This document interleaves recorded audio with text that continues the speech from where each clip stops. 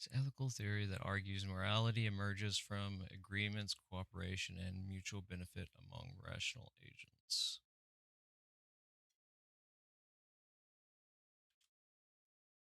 What rules would rational individuals agree to in order to live together?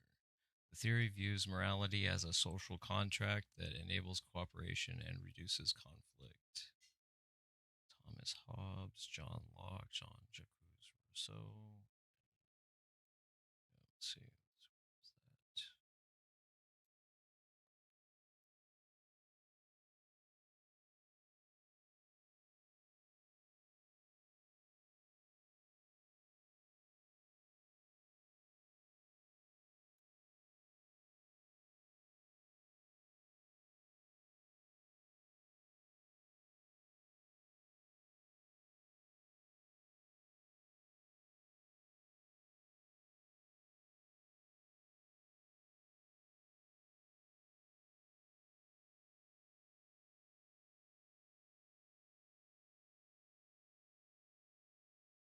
Different thinkers propose different versions of the social contract.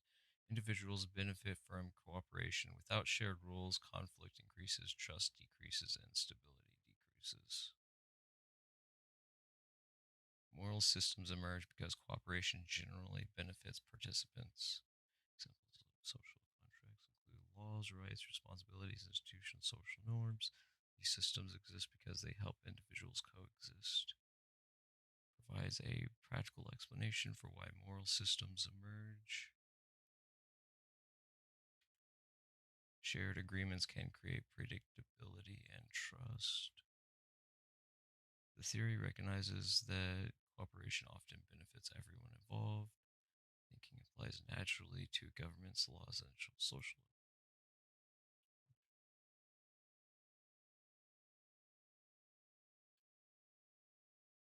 Many beings cannot participate in contracts, infants, animals, future generations. Some severely cognitively so disabled.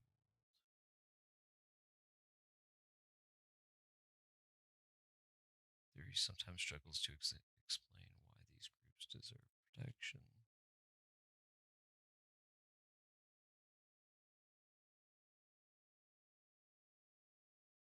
Not all participants possess equal bargaining power. Agreements may reflect power rather than fairness.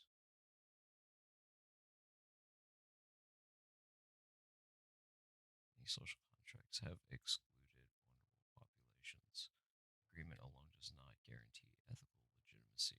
Okay, so like an example of this would be like the whole Native American, yeah, historical injustice, yeah.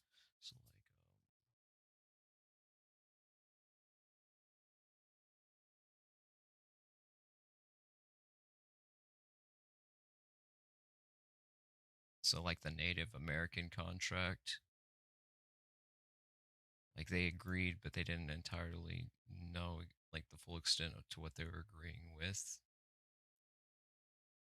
Moral consideration cannot depend entirely upon participation in agreements.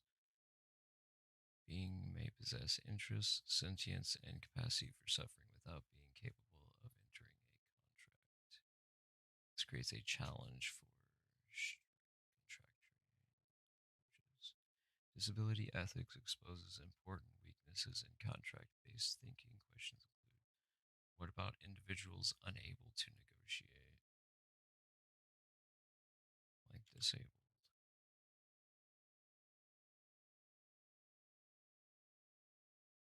What about those lacking equal power? What about those dependent on others?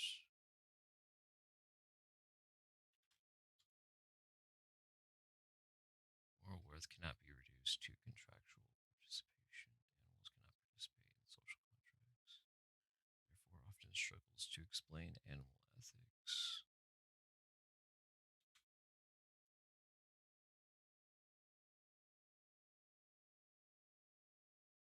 It could also be a language barrier. There's moral consideration and sentience, suffering, and interest.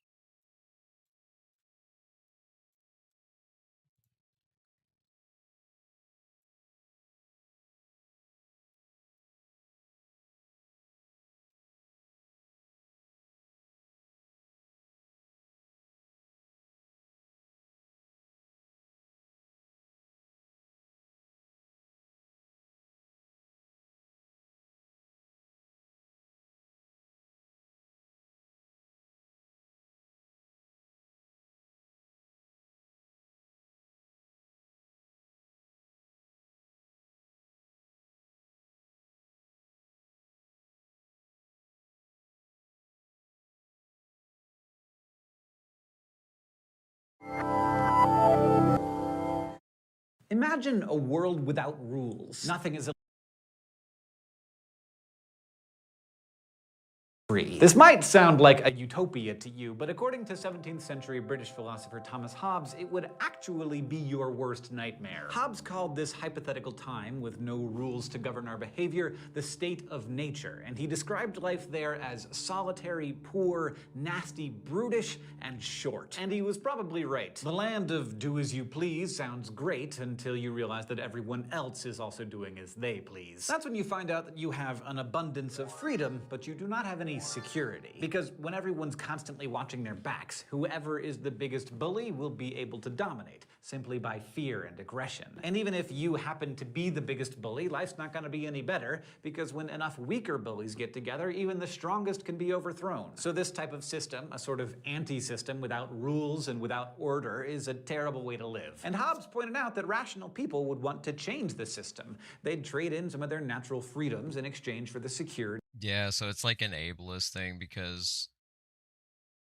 like, even if you have a language barrier, so like how can you commit to a contract if you can't even understand what the other person is saying, which goes into neurological deficits, disabilities, autism, uh other disabilities, to where like you can't understand what you're agreeing to. And that's how it led to historical injustices like the Native Americans being exploited in a fucking shitty contract.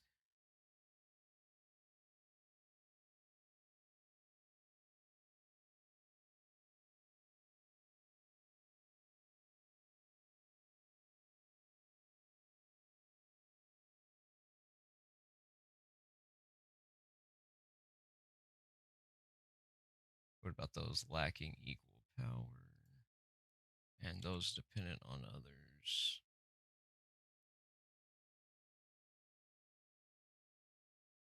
Future individuals can also not negotiate with present individuals. If future suffering remains morally relevant, recursive ethics extends ethical analysis beyond present contractual participants.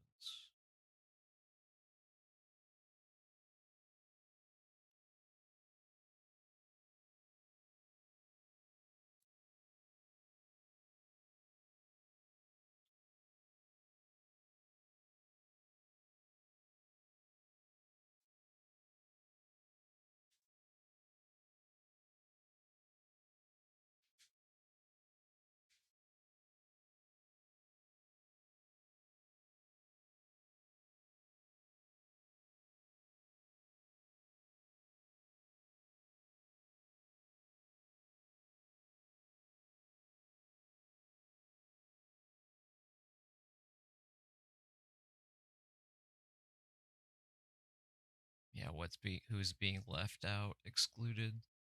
Cooperation matters, trust matters, institution matters, agreement matters. Rejects the idea that morality originates solely from agreement.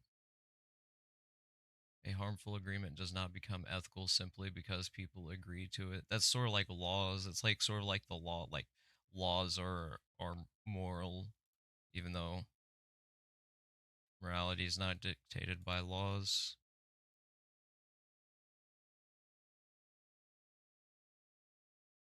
Explains many aspects of social cooperation. However, moral worth precedes contractual participation, sentience, suffering, and morally ethically significant regardless of whether a being can enter an agreement. Contractor contract terrain. I can even pronounce it. How would rational individuals agree to?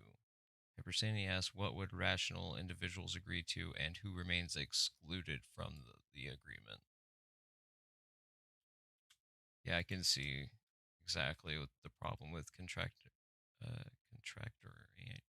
Contrarianism.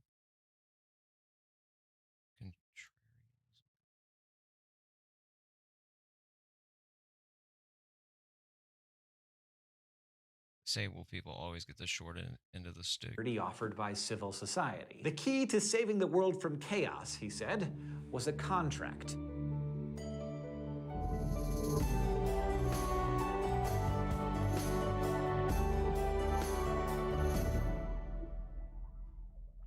Hobbes didn't think there was anything deeply real about morality. It's not written in the stars or waiting to be discovered by reason or handed to us on stone tablets by the divine. Morality, he believed, is not primitive or natural. Instead, Hobbes proposed, anytime you get a group of free, self-interested, rational individuals living together, morality will just emerge. Because free, rational, self-interested people realize that there are more benefits to be found in cooperating than in not cooperating. Like, say I have an avocado tree growing outside of my house. I consider it mine, and I can take all the avocados I want from it. You have a mango tree, and you can take all the mangoes you want. But sometimes avocado havers grow tired of avocados, and mango havers grow tired of mangoes. This might actually be a bad example, because is there any such thing as too much guacamole? But sometimes you just really want a mango smoothie, and in the state of nature, where there are no rules, the only way for me to get a mango is to steal it. And the same goes for you and my avocados. So we found ourselves living in a world where we steal from each other, which means that both of us are always on edge and we see each other as enemies. But remember, we're rational, so we find a better way. We make an agreement. We promise not to steal from each other, and we promise to trade avocados for mangoes. Now we have more security and a more interesting diet. What we have created is a contract, a shared agreement. And I have a feeling they're not going to bring disability into this because most people that do philosophy and ethics literally always, like 90% of the time, leave out the disabled. So, like, how would, if this person was disabled and couldn't understand the concept of a contract, how do you make a contract with someone that can't agree to a contract? That leads to oppression. Trade avocados for mangoes. Now we have more security and a more interesting diet. What we have created is a contract. Or a language barrier, right? Like, how do you convey a contract to someone you literally cannot communicate with?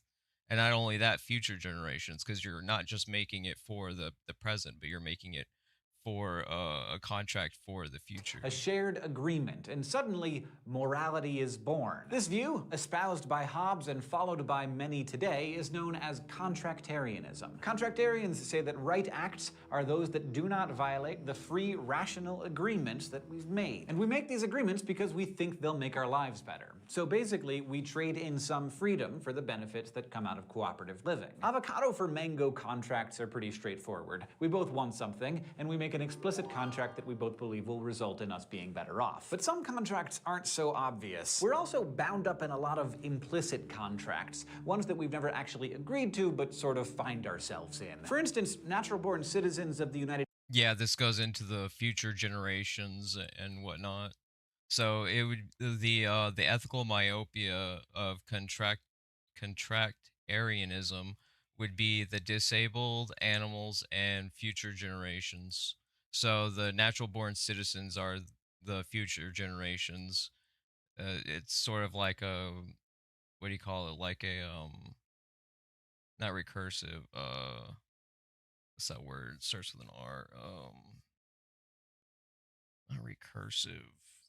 Retro, sort of like a retroactive causality. United States never agreed to follow the law of the land. Immigrants who become citizens do. They have to engage in an explicit contract as part of the citizenship process. But for the rest of us, we are expected to follow all sorts of rules that we never agreed to follow. Now, if you try to explain to the cop who pulled you over that you never agreed to the speed limit, so you're not bound to follow it, well, I'm pretty sure you're gonna get a ticket anyway. And that might seem really unfair to you, but contractarians will tell you that it's not. Because you reap all kinds of benefits from being a part of this system. You get to drive on safe roads, drink clean water, and if your house catches on fire, people will show up and do their best to put it out. Rights imply obligations by Hobbes' thinking, so when you take from the common pot by enjoying the goods that the system provides, you are also expected to pay in. That's what happens when you pay taxes and when you show up for jury duty and when you accept the punishment for violating the rules. All which have a problem with if you're disabled.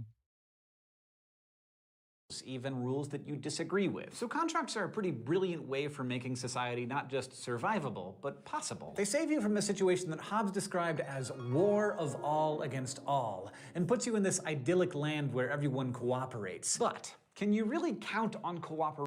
No, because how can a disabled person cooperate to something they can't even comprehend. To explore that question, let's head over to the thought bubble for some flash philosophy. In the 1950s, Canadian mathematician Albert W. Tucker formalized an idea that had originally been posed by American game theorists Merrill Flood and Melvin Drescher. Since then, many versions of this dilemma have been presented, but Tucker's scenario goes like this. You and your partner in crime are both arrested and put in separate rooms for interrogation. The prosecution doesn't have enough evidence to convict you for your main offense. The best they can hope for is to give you each a year in prison on a lesser charge. So the prosecution offers you each a deal. If you rat out your partner, they'll let you go free. But now you and your partner face a dilemma. If you both remain silent, you know you won't get any more than a year in prison. But if you're enticed by the thought of doing no time at all you have to do is squeal and you'll go free while your partner does 3 years. The problem is, enticed as you are by the offer, you know that your partner is thinking the same thing. And if you each give up the other, then the prosecution will have enough evidence to send you both away for 2 years. So now you think, no, it's better to stay silent. That way you'll only get the 1 year, as long as you can count on your partner to reason the same way. But what if he doesn't? What if you stay quiet and your partner's the rat? Well, that means you're doing 3 long years while he gets away scot-free. Facing that unpleasant prospect, if you're both rational agents, you'll be drawn to the conclusion that looking out for yourself is the best option because it carries with it the prospect of either 0 or 2 years rather than the 1 or 3 years that you might get if you stay silent. Thanks, Thought Bubble. The prisoner's dilemma shows us some interesting wrinkles in contractarianism. Even though it was rational for both prisoners to squeal, they'd actually have been better off if they could count on each other to stay quiet. Cooperation pays, but only when you trust your fellow contractors to keep their agreement. Or if they can actually agree to a contract. This is why a lot of defection occurs among strangers. Defection is where you break the contract you're in, whether you agreed to be in it or not, and you decide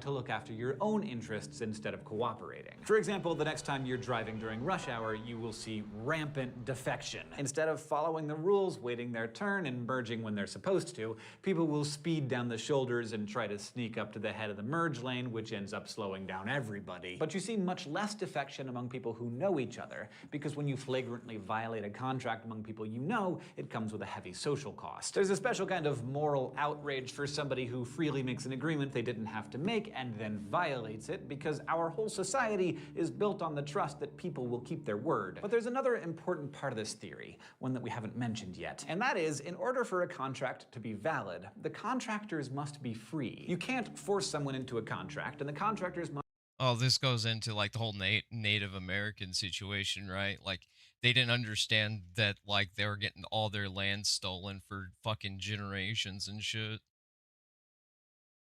be better off in the system that the contract makes possible than they would be outside of it. Sure, there are probably some rules that don't work in your favor all the time, but the system overall must make your life better than if you were on your own. So contractarianism necessarily rules out things like slavery. Any given person will always Not yes, but no. Because I mean, look at what happened to the Native Americans. Like their land was literally fucking stolen.